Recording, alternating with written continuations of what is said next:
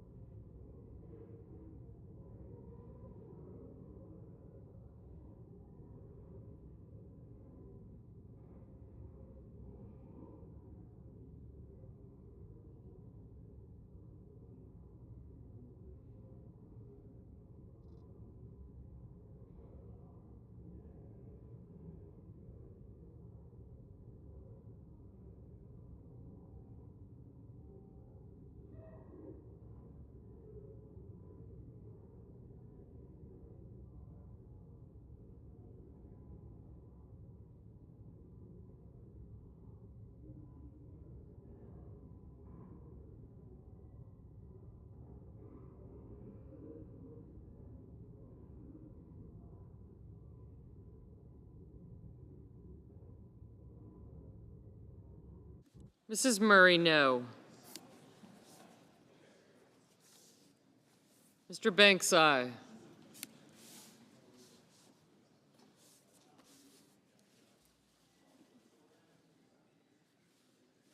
Mr. Booker, no.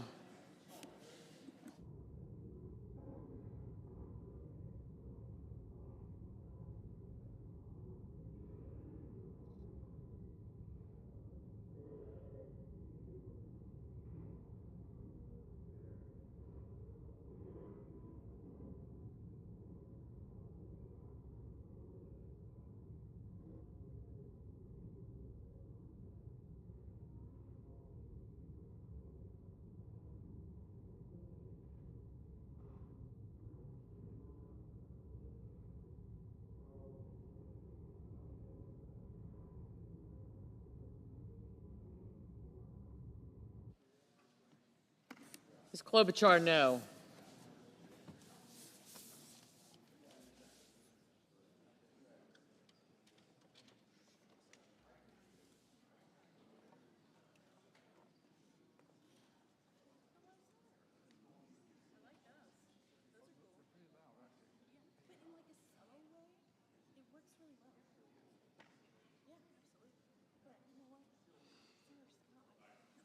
Mr. Langford, aye.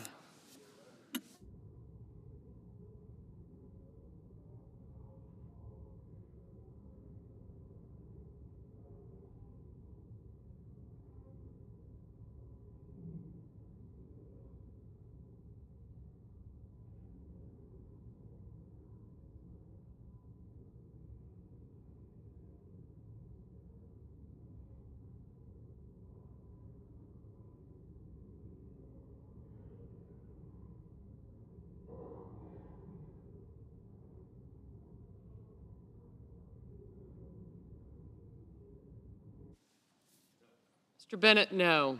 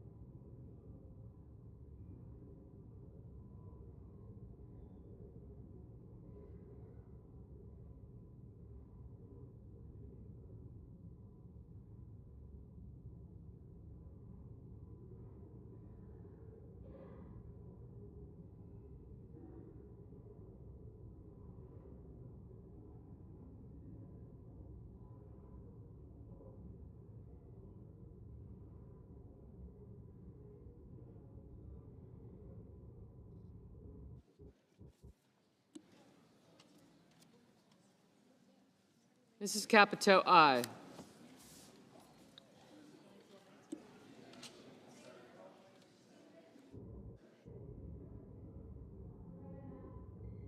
Mrs. Gillibrand, no.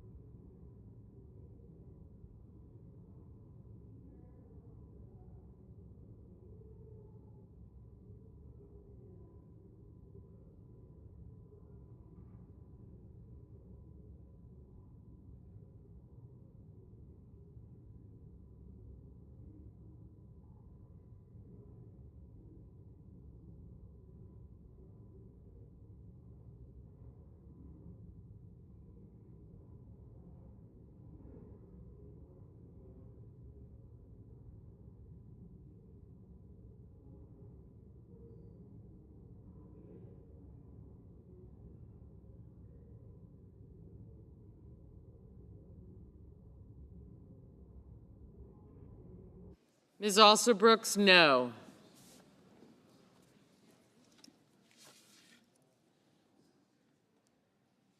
Mrs. Moody, aye.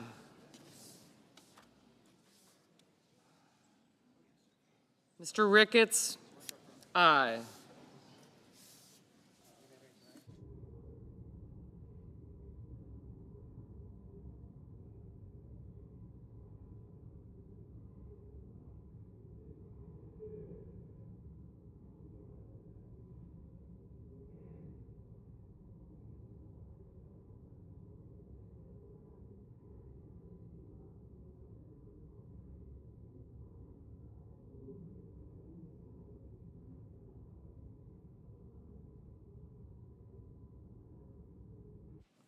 Mr. Cruz, aye.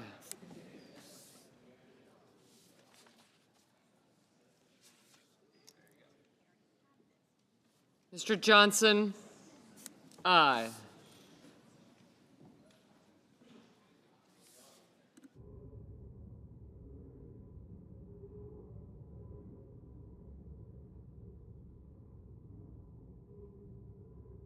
Mr. Hoven, aye.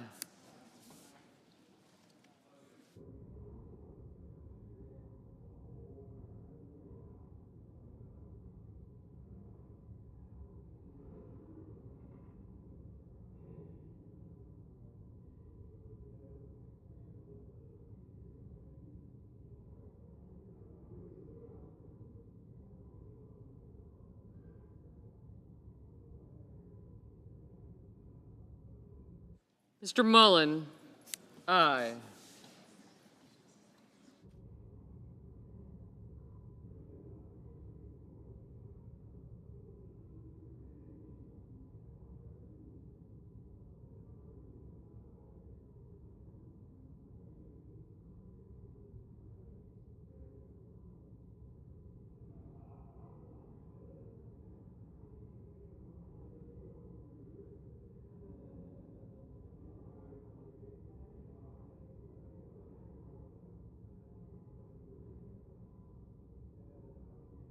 Mr. Hawley, aye.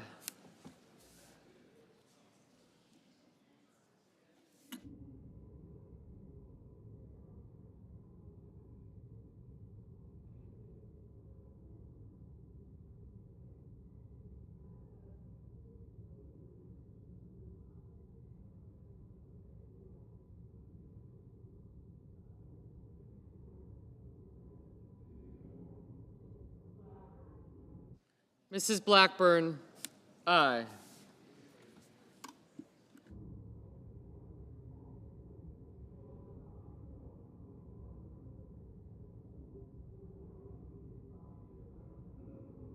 Mr. Fetterman, aye. Mrs. Hyde-Smith, aye.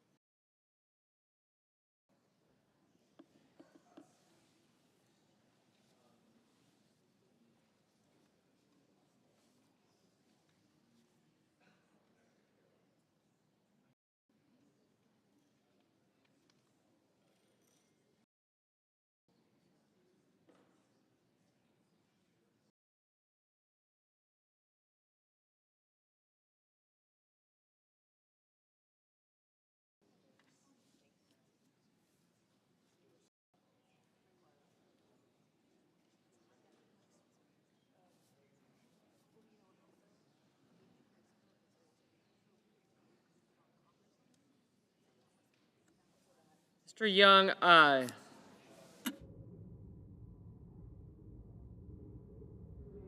Mr. Lee, aye.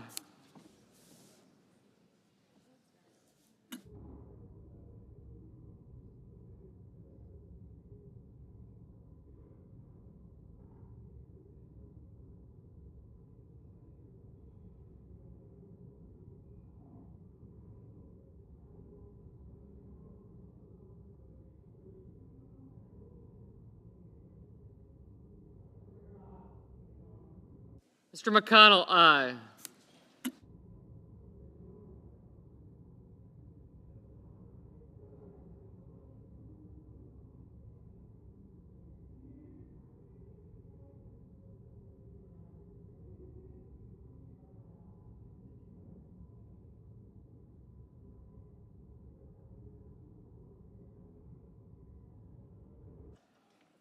Mr. Kim, no. Mr. Warnock, no.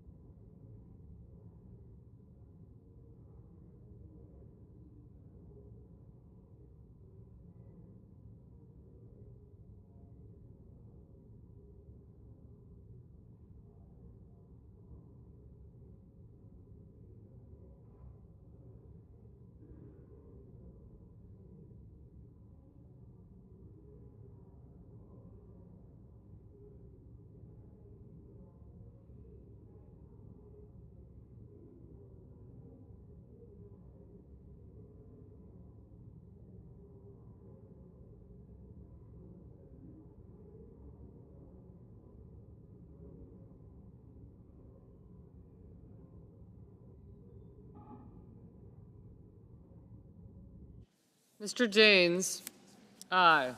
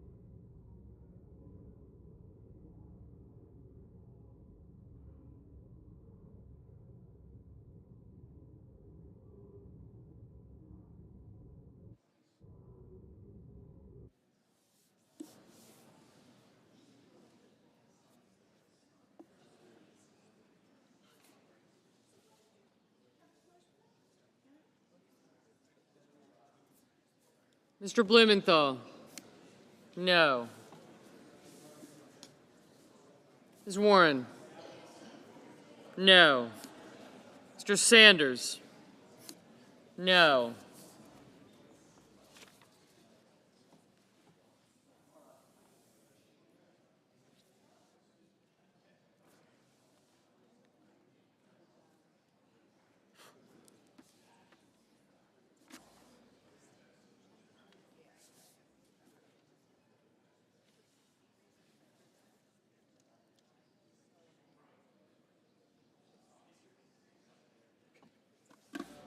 Mr. Tuberville, aye. Mr. Van Hollen, no. Mr. Hickenlooper, no.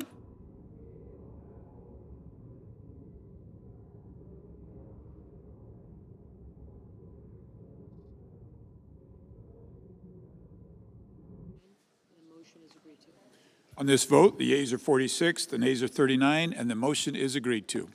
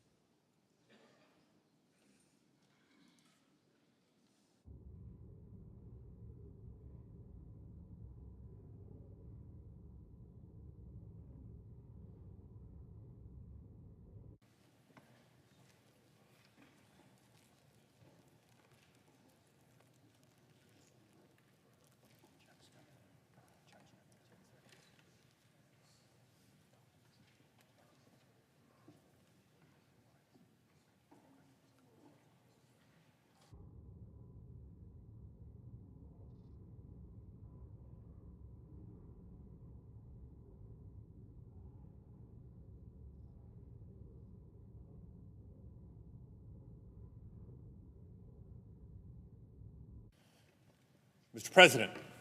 The senator from California. Mr. President, it's important for me, for this body, to know that over the last 2 weeks in Los Angeles, my hometown, that we've seen masked federal agents in tactical gear ordered into our communities. We've seen a disturbing pattern of increasingly extreme and cruel immigration enforcement operations targeting non-violent people at places of worship, at schools, in courthouses, all to meet an arbitrary quota. Now we're seeing President Trump federalize National Guard troops and deploy them without the governor's consent. Active duty Marines now being deployed, escalating tensions in our city.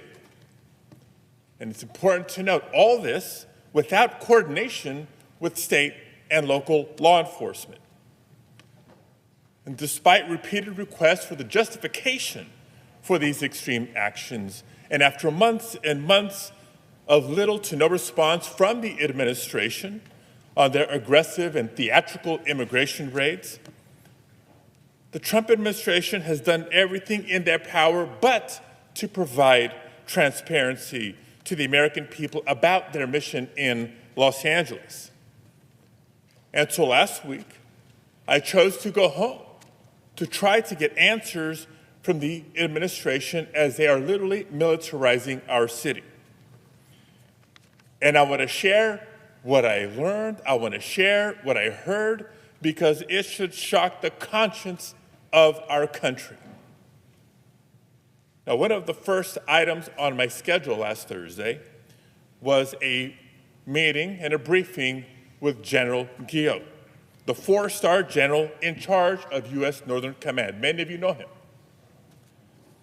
The briefing was scheduled at the federal building in West Los Angeles, where they're overseeing these military operations. Now, colleagues, when the United States military is deployed domestically, when our troops are deployed against the wishes of the governor for the first time since 1965, against the wishes of the local mayor, and even against the wishes of local law enforcement, both the police chief and the sheriff, we are in uncharted territory. So in my effort to do my duty to conduct congressional oversight and to try to get answers from the Department of Defense that state and local officials were not receiving, I went to the federal building in West Los Angeles. I was met at the entrance, by a National Guardsman and an FBI agent who escorted me through security screening and up to a conference room for my scheduled briefing. While waiting for my scheduled briefing with General Guillot, I learned that Homeland Security Secretary Noem was holding a press conference literally just down the hall. And that press conference was causing my briefing to be delayed. The thought occurred to me that, well, maybe I could attend this press conference and listen in. Just listen, in the hopes of hearing Secretary Noem provide some new information that could help us make sense of what was happening. I didn't just get up and go. I asked and was escorted by the National Guardsman and the FBI agent into the press conference. They opened the door for me. They accompanied me into the press briefing room.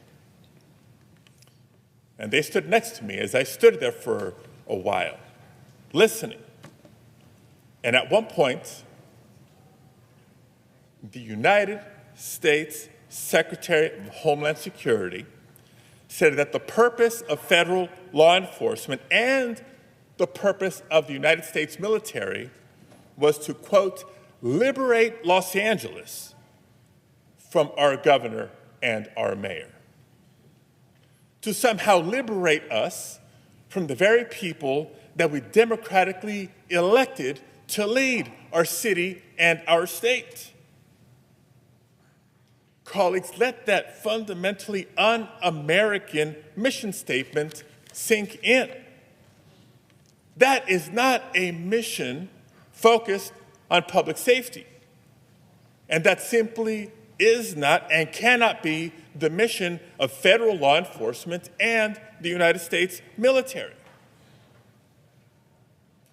To my colleagues on both sides of the aisle, are we truly prepared to live in a country where the president can deploy the armed forces to decide which duly elected governors and mayors should be allowed to lead their constituents? Is that really the precedent that we're okay with setting? As Secretary Noem herself said last year when she was governor of North Dakota, at the time she said, quote, if Joe Biden federalizes the National Guard, that would be a direct attack on states' rights. That was Governor Noem, now Secretary Noem. Now, throughout this country's history, we've had conflict, we've had tumult, but we've never had a tyrant as a commander-in-chief. And that is not by coincidence. It's because the American people have always been willing to speak up and exercise their First Amendment right to protest, especially when our fundamental rights have been threatened. And as the proud son of immigrants from Mexico, it's that same right that I came to revere when marching through the streets with my family and my friends in 1994 in Los Angeles, protesting against the vile anti-immigrant rhetoric that was growing in California at that time. It was that year that a Republican governor was up for re-election and was down in the polls. And he turned to scapegoating immigrants to try to improve his political standing and his re-election chances. That fight is what inspired me to leave an engineering career behind and dedicate myself to trying to influence our government and our politics. So I've seen this before. California has seen this before. So last week, when I heard something so blatantly un-American from the Secretary of Homeland Security, a cabinet official, of course I was compelled, both as a senator and as an American, to speak up. But before I could even get out my question, I was physically and aggressively forced out of the room, even as I repeatedly announced I was a United States senator and I had a question for the secretary. And even as the National Guardsman and the FBI agent who served as my escorts and brought me into that press briefing room stood by, silently, knowing full well who I was. You've seen the video. I was pushed and pulled, struggled to maintain my balance.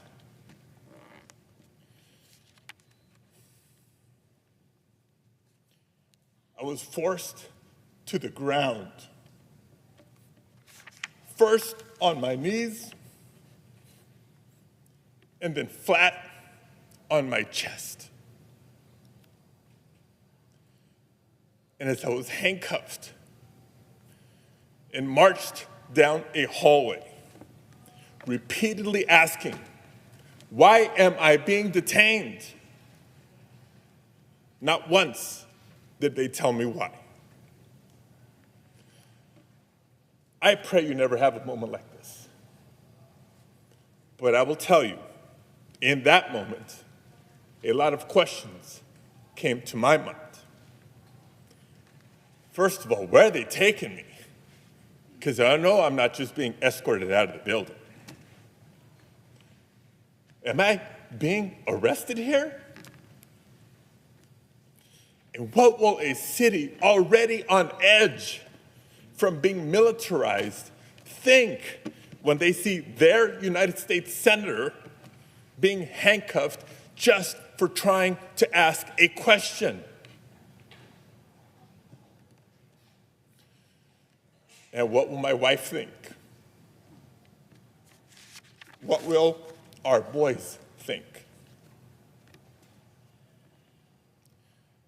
And I also remember asking myself, if this aggressive escalation is the result of someone speaking up against the abuses and overreach of the Trump administration,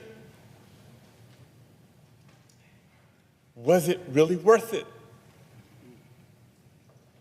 But colleagues, how many Americans in our nation's history have marched, have protested, have shed blood, even lost their lives to protect our rights?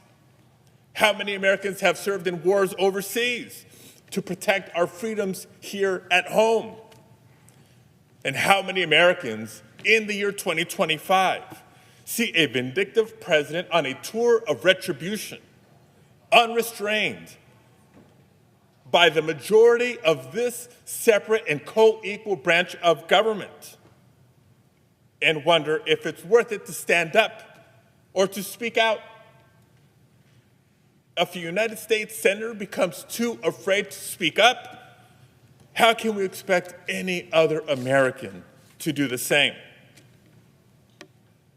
And colleagues, you know me. I can't think of a person who would describe me as a flamethrower. I try to be respectful. I try to be considerate to every member of this body, regardless of our political differences. And so I do want to take a moment to thank all of my colleagues on both sides of the aisle who have reached out to share your messages of support, whether they were public messages or many in private. Trust me, they mean the world to me, and I know they mean the world to my family. But if you watched what unfolded last week and thought what happened is just about one politician and one press conference, you're missing the point. If that is what the administration is willing to do to a United States senator for having the authority to simply ask a question, imagine what they'll do to any American who dares to speak up. If what you saw happen can happen when the cameras are on, imagine not only what can happen, but what is happening in so many places where there are no cameras. Colleagues, this isn't about me. In fact, it's not just about immigrant communities or even just the state of California. It's about every single American who values their constitutional rights.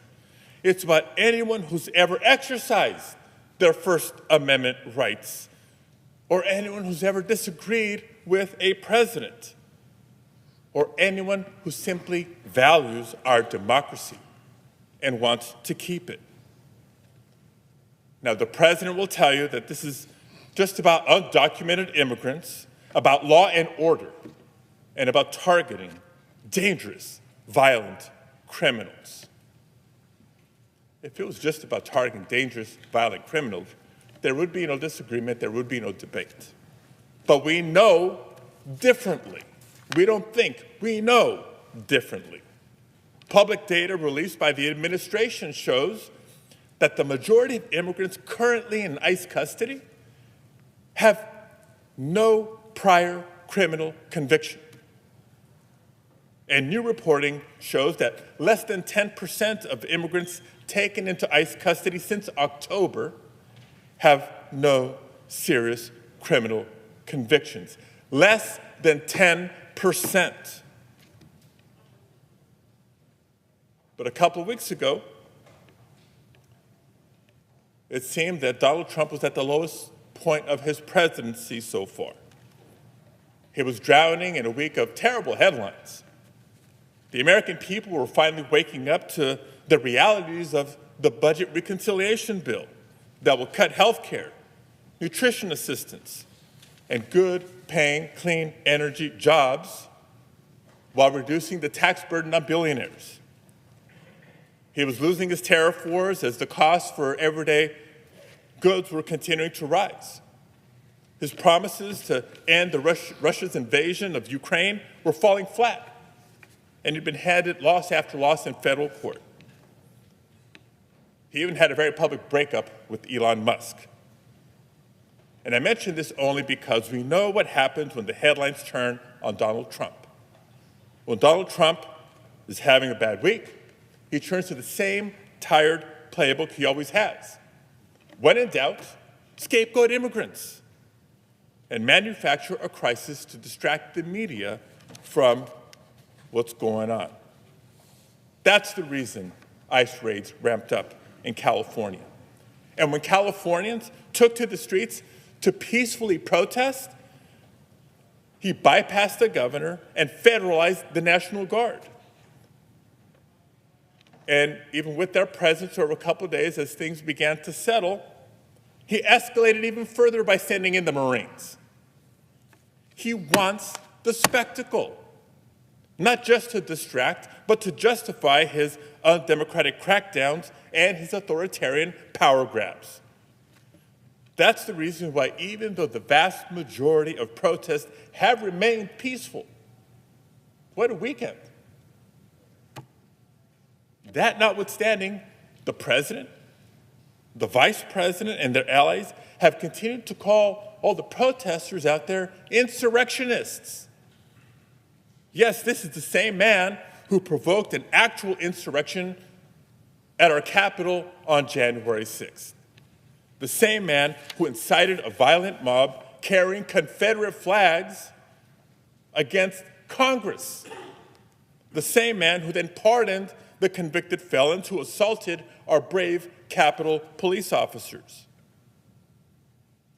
Donald Trump is continuing to test the boundaries of his power, and he's surrounded himself with yes men and underqualified attack dogs, from the DHS secretary to the FBI director to the Secretary of Defense, who will rubber stamp every anti-democratic step he takes.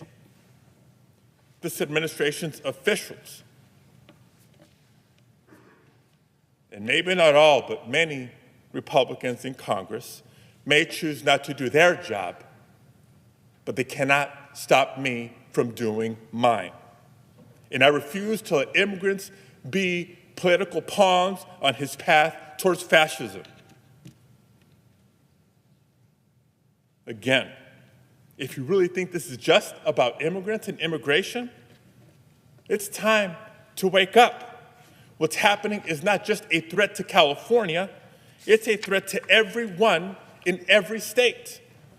If Donald Trump can bypass the governor and activate the National Guard to put down protests on immigrant rights, he can do it to suppress your rights too. If he can deploy the Marines to Los Angeles without justification, he can deploy them to your state too. And if he can ignore due process, strip away First Amendment rights, and disappear people to foreign prisons without their day in court, he can do it to you too. Because California is just a test case for the rest of the country. Last week, for many, was a warning shot, but I pray that it also serves as a wake-up call. We've now seen, since Thursday, we've now seen Trump threaten to do the same in other cities run by elected Democrats. He's saying the quiet part out loud. It doesn't matter if you're a Republican or a Democrat or an independent. We all have a responsibility to speak up and to push back before it's too late. So I do encourage people to keep peacefully protesting. There's nothing more patriotic than to peacefully protest for your rights. Because no one's going to liberate Los Angeles but Angelenos. No one will redeem America but Americans. No one is coming to save us but us. And we know that the cameras are not on in every corner of the country. But if this administration is this afraid of just one senator with a question, colleagues, imagine what the voices of tens of millions of Americans peacefully protesting can do.